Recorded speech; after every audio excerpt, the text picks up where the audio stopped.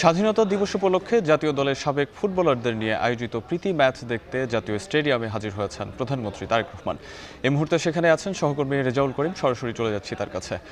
রেজা, প্রধানমন্ত্রী ঠিক কখন পৌঁছেছেন জাতীয় স্টেডিয়ামে, কতক্ষণ থাকবেন, আর সাবেক ফুটবলারদের সাথে তার সৌজন্য বিনিময় হয়েছে কিনা জানাবেন বিস্তারিত।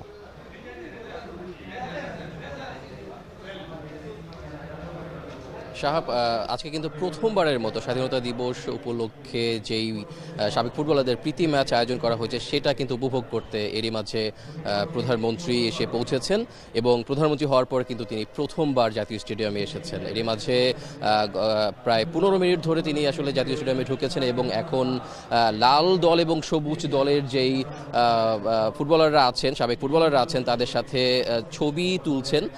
দেখতে পাচ্ছেন যে এরই মাঝে কিন্তু সবুজ দলের সাথে ছবি তোলার পর্বটাও কিন্তু তিনি সেরে ফেলেছেন। স্বাধীনতা দিবসের আজকের যেই প্রীতি ম্যাচটা আয়োজন করেছে বাফুফে, সেটার কিন্তু অনেকটা মাত্রা বাড়িয়ে দিয়েছে প্রধানমন্ত্রীর আগমন এবং তিনি বেশ কিছুক্ষণ, আমরা জানতে পেরেছি যে তিনি বেশ কিছুক্ষণ সময় ফুটবল ম্যাচ উপভোগ করবেন এবং তারপরে তিনি জাতীয় স্টেডিয়াম আসলে ত্যাগ করবেন। এরই মাঝে কিন্তু খেলা শুরু হয়ে যাওয়ার কথা, যদিও ম্যাচটা শুরু হওয়ার কথা ছিল 3:30 নাগাদ, তবে প্রধানমন্ত্রীর আগমন উপলক্ষে ম্যাচটা একটু ডিলে করা হয় এবং দেখতে পাচ্ছেন যে এখন কিন্তু ম্যাচটা শুরু হওয়ার যেই প্রস্তুতি আছে সেই প্রস্তুতি কিন্তু শুরু করেছে দুই দল, অর্থাৎ লাল দল এবং সবুজ দল।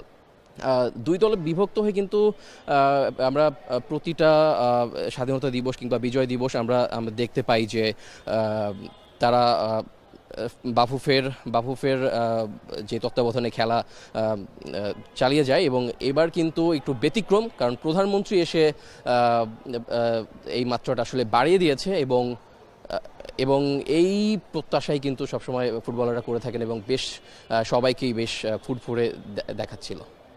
চাহাব, প্রীতি ফুটবল ম্যাচ উপলক্ষে প্রধানমন্ত্রী তারেক রহমান জাতীয় স্টেডিয়ামে উপস্থিত হয়েছেন। এ বিষয়ে বিস্তারিত জানাতে আমাদের সঙ্গে যুক্ত ছিলেন সহকর্মী রেজাউল করিম।